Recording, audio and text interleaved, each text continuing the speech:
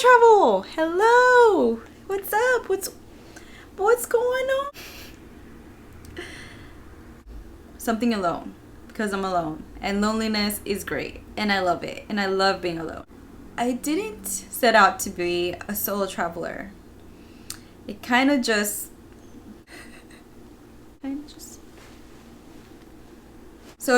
happened. I wanted to travel and I asked everyone and everyone already had plans. So I said, fuck it. I need to do this for myself. I'm not going to wait around and wait until all the stars align and I get the opportunity to travel. But ever since that first time that I traveled by myself, I kind of have made a habit of doing it. It's my favorite way to travel, and that's probably because my travel philosophy is very different from a lot of people's. I truly believe that when you're going to travel with someone else, your travel philosophies should align, and that is very hard to do.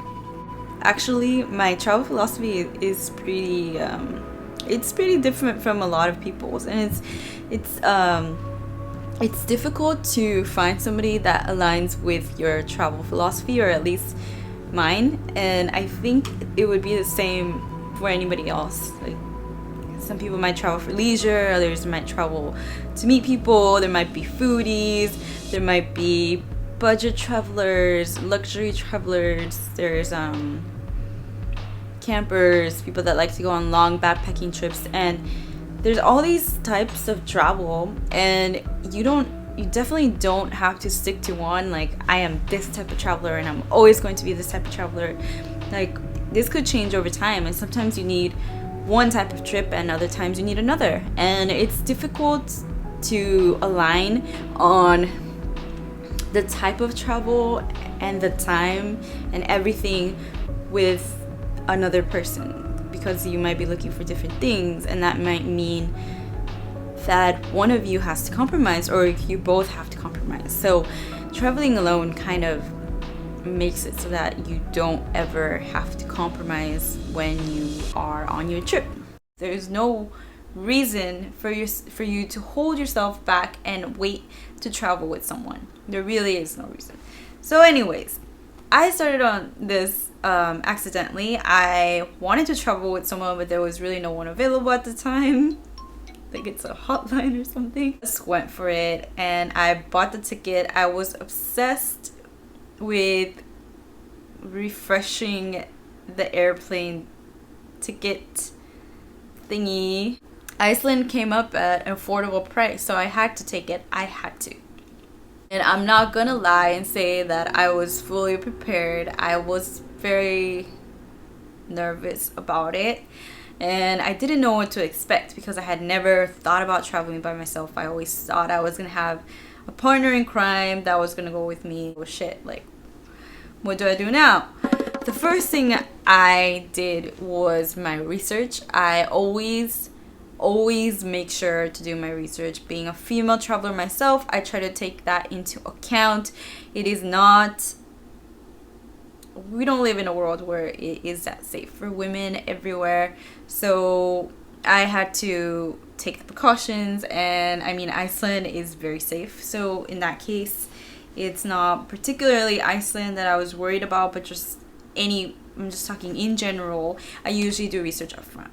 Everyone should do their research up front about the place that they're going to, so that they don't step on people's shoes, do something inappropriate, or maybe like a hand signal that can mean like 5 different things depending on what country you're in. So don't do it. Sorry about that. It's okay to me right now. Here we go again. So I went to Iceland and I loved it. As I was doing my research to go to Iceland, I came across this little fact that it is legal to sleep in your car in Iceland. Being as broke as I was, broke as a joke. I had just graduated from university and I had very little savings, and I don't know why I was going to Iceland, one of the most expensive destinations that exists. So I decided to cut off accommodation costs. I was planning on doing a road trip with some hiking involved and like going around. So I definitely needed to pay for transportation. I was like, why not double up on that value and also use it as accommodation? Smart, right? So I did that, and I also cut down on food. Ate almost exclusively a hot dog diet. And no, that's not because I'm American, but hot dog in Iceland is like ramen in Japan. Okay, maybe I don't know if I'm. That sounds wrong. It's not true. Quality spectrum in hot dogs. There's like the really cheap hot dog that you get at a gas station, and then there's a really gourmet hot dog that's like, what? Sorry, what? Is the soul food. Okay, I was not a foodie in Iceland. I definitely did not focus on the food. So if you ask me about my opinions on the food in Iceland, all I can think of is fermented shark, and no, I didn't try it, and hot dogs and some snacks. That is what happened in Iceland. I would make sure to only eat once a day. Eat once a day meant like one meal, one hot dog a day, and then like supplement it with snacks. And this all sounds very sad thinking back to it, but it was actually amazing. That just goes to show how little you need to be happy, because I was really happy to be in Iceland and to be able to have that experience, even though I didn't have the money that you would expect someone to have in order to go and just go to Iceland by yourself. I was 21 years old. This was the first time I was renting a car, and thankfully, I believe Iceland didn't charge me the extra money that they charge you when you're under 25. Or if they did, I just said, hey, that's like my hostel cost. I don't know. The transportation cost was pretty expensive in itself. So I was prioritizing my transportation costs and my activities costs. Those two things I was going to spend money on as much as was needed, but I was cutting down on any food luxury and on accommodation cost. On the first day, I actually went to the Blue Lagoon, and I really debated whether I wanted to go to the Blue Lagoon because it's really touristy and I heard it wasn't even that good. I would have to agree that it is very touristy and it's not even that good. But I really am glad that I took the opportunity to go, because I met two great girls that were also solo travelers independently, as in they were not traveling together, but I met one over here and one over there, and like great day exploring the Blue Lagoon and trying to make the best out of an $80 hot spring. The first rule of sleeping in your car is don't tell anyone that you're sleeping in your car. But I told the girls that I was sleeping in my car, and I didn't know where I was going to park for that night. I knew that in the city of Reykjavik, it was going to be a little bit harder to find a way to car camp, even if it was legal. I was still unsure if it was acceptable or if it was safe to just be a girl by yourself sleeping in a foreign country in a car. Thankfully, one of the girls that was staying in a hostel had a parking spot assigned to her, and she didn't have a rental car, so she said, please go ahead and park there and I'll say that it's my car, and you could even use the restroom and the showers. And that was just amazing. I don't know what I would have done. I'm sure I would have figured it out, but it was just great to have that help. And that brings me to my first point of solo travel. Realize, it seems common sense, but when you're solo traveling, you're going to have to rely on yourself or on your strangers. Those are pretty much your two options, because you don't have your network of friends, you don't have your family, you don't have your resources at your house or around you in your neighborhood. Something goes wrong, or if you, need to fix something, or if you have a heart attack. So you rely on yourself or strangers. And this can be very daunting for someone to do for the first time, because, you're told all the time that the world is a horrible place, don't trust strangers, don't talk to them. and maybe that's changing nowadays, but it was a slow change, and back then I was still a little bit apprehensive, but at the same time I was very optimistic. I'm still optimistic. I've always been optimistic, and it reminded me of this parable that I read about, an Indian parable, where the king sends two of his men to go out to explore the world and come back with news about how the world is and the people in it. So one of the men comes back and says, the world is shit, it's a miserable place, people are greedy, arrogant assholes that just take advantage of you. And then the other guy said, I thought the world was amazing, kind, generous, giving, and always willing to lend a hand, and I felt true kindness. The first guy was like, what the hell, like, why did you send him to the good places and not me? So it turns out that they both went to the exact same places. And the moral of the story is that you see the world as you are. And the way you see the world can affect the way the world treats you.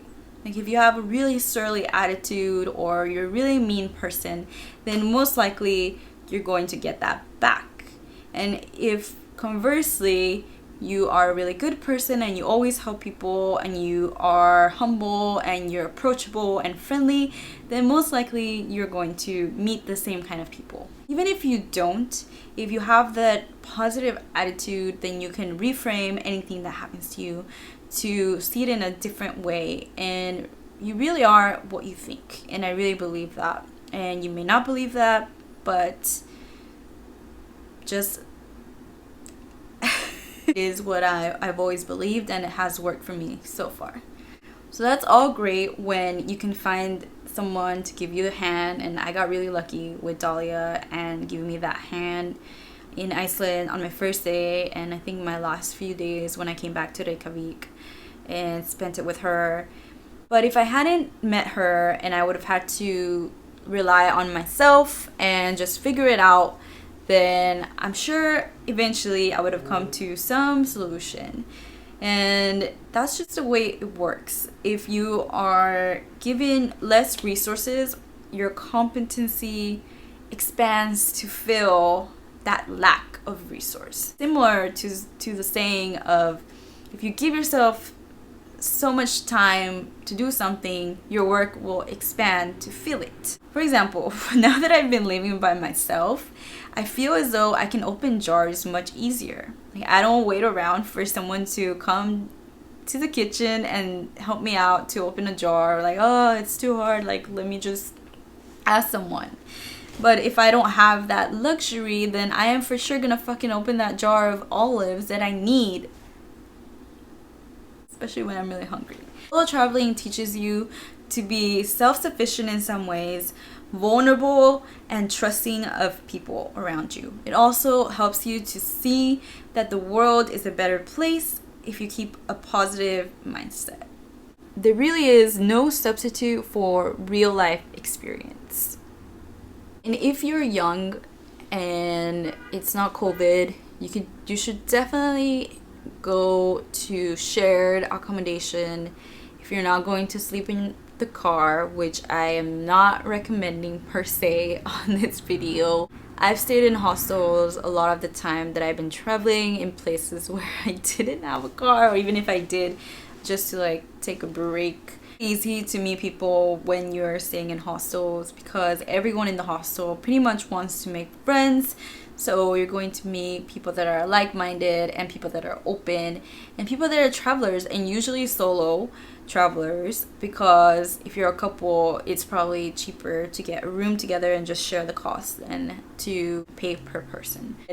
When I was in Japan and I was walking around Osaka and I came across this really cheap hostel for Japan. It was like $10 a bed in a room with a few beds. So I went into the common room, I started talking to a bunch of people, got into a group, and then I invited everyone to go and try karaoke. A lot of people joined. Really great to try try this sort of thing when you're traveling, like bringing people together or initiating activities, because who really cares? You don't know these people, they don't know you, you're maybe never going to see them again. So why does it matter if you get rejected? It really doesn't.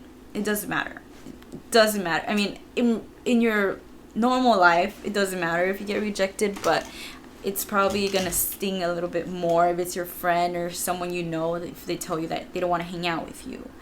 But once you get into the practice of doing this when you're traveling, you come back and you're more comfortable with rejection. You're more comfortable being the leader and the initiator, which makes it more likely that you are doing activities that you want to do and that you like to do, in the same vein of being the CEO of your travel trip. You can be the CEO of your entire life and actually do the things that you love to do with people that also like to do them. You do this, you also meet more people that are into those same activities, and as a compound effect, you just keep meeting more and more people that are like-minded, and they introduce you to their friends, and then you have a big network effect of people that like the same things that you do.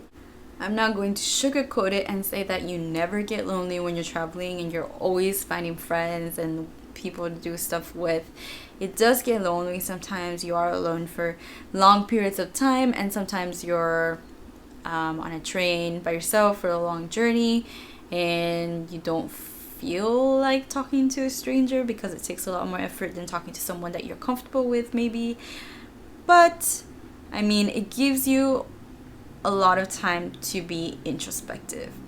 A lot of us spent a lot of alone time in 2020, and it made us realize that being alone is not that bad. It allows you to be creative. A lot of activities that are creative in nature are things that you do by yourself, such as writing, knitting, painting, reading. These things are things that you do by yourself. On the same vein, when you're by yourself, you get bored sometimes, and your brain starts thinking of ways to unboard itself. Boredom is made to look like a villain, but it's actually an unsung hero, because once you're bored, you start thinking of haikus while climbing up a mountain for a long time in New Zealand, and suddenly you have 30 haikus in your head and you're having a blast. True story. Other thing about solo traveling is that it allows you to leave the baggage behind. Not your luggage, but maybe consider just taking carry-on, because you are going to be carrying it most of the time. But what I meant by baggage is more of a psychological baggage that you carry with you without even knowing it. So for those of us that have not left our hometown, chances are that you have not changed much from when you were in high school or even before that. And a lot of that stems from being in the same environment and walking across the same neighborhood, people, talking to the same people, and keeping the same habits over a long stretch of time. All of us, to whatever extent, try to avoid any cognitive dissonance of any kind. And cognitive dissonance is basically just any change of attitude or behavior from one point in time to another. So based in very more basic terms, because I don't know if that made sense, is you try to stay consistent. For example, if you are self-proclaimed as a quiet person in one point in time, chances are likely that you will stay a quiet person for a longer period of time, because you identified with that box that you put yourself in. And being in the same neighborhood and around the same people and the same environmental cues kind of solidifies that identity for you. It's hard to free yourself of that if you're not aware of it, and even if you are aware of it, it's hard to do. In the same way, it's hard to kick habits to the curb, because when you're in the same environment, you are always cued by certain triggers in your environment to do certain habits or behaviors or attitudes or even trigger certain memories that you might not want to think about. You immediately think of these memories when you go to a certain place, even if you don't want to. And even as much as you try, you'll still think of it. You can observe that thought and not react to it in the same way, but that doesn't mean it's not going to come up, because you've been cued by your environment and it's a trigger, and you can shoot your shot or you cannot, but the cue is there. The trigger has been pulled. James Clear talked about this in Atomic Habits. People in the Vietnam War who got addicted to heroin, and once they went back home, a study showed that basically all of them were able to get rid of their addiction pretty easily. And that was because it was more of the addiction was tied to the place, and it went back to their regular life. It was much easier to break that habit because they weren't triggered to engage in that habit. It wasn't easy to do that habit as it was in Vietnam.